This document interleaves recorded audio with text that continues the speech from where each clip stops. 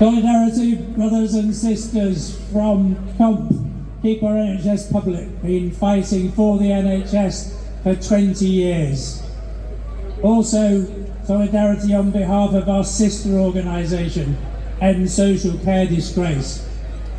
The crisis in the NHS is pretty obvious for all to see. Waiting list now of 7.4 million. Ambulances queuing outside rammed A&E departments. 60,000 people each month waiting more than 12 hours on trolleys in A&E because there are no beds available. What happens to them? Well, a lot of them die, according to the Royal College of Emergency Medicine. 350 people dying each week because of delays in A&E. I have to say we don't hear Wes Streeting talking about that. In fact, Labour's main focus is on supporting the private sector, which they say will help the NHS because it has common aims and objectives. I wonder if, like me, you think that may be connected to the fact that Wes Streeting has taken £225,000 in donations from people associated with the private healthcare industry. 1 year post-election almost, and progress in restoring the NHS as promised is painfully slow. With the current rate of reduction in the waiting list, it would take another 34 years to get back down to 2.5 million.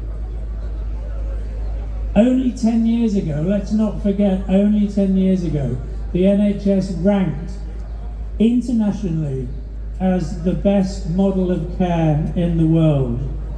And so what we're saying to Labour, stop saying that the NHS has more money than ever before and just needs reform. Improvement under New Labour came from investment in the NHS, not from its market-driven reforms. If the average annual funding increase given to the NHS up to the year 2010 had been continued, the NHS would have had 423 billion more in funding than it has done. France spends about 40 billion a year more on healthcare, Germany 73 billion. We need to invest in staff to fill 120,000 vacancies. We need restorative pay rises to attract and retain workers. We should celebrate the vital role played by staff from overseas. 1 in 5 of the NHS workforce and 1 in 3 in social care. And Labour should heed Lord Darcy when he said, we can't afford not to invest in the NHS, to which we would add, if the NHS fails, then so does the economy. So our message again to Labour is invest in the future, invest in the NHS and its staff, tackle poverty and inequality to reduce ill health, and do that by redistributing wealth. Tax the rich, welfare not warfare. Abandon the vicious attacks on the elderly, on disabled and on migrant workers.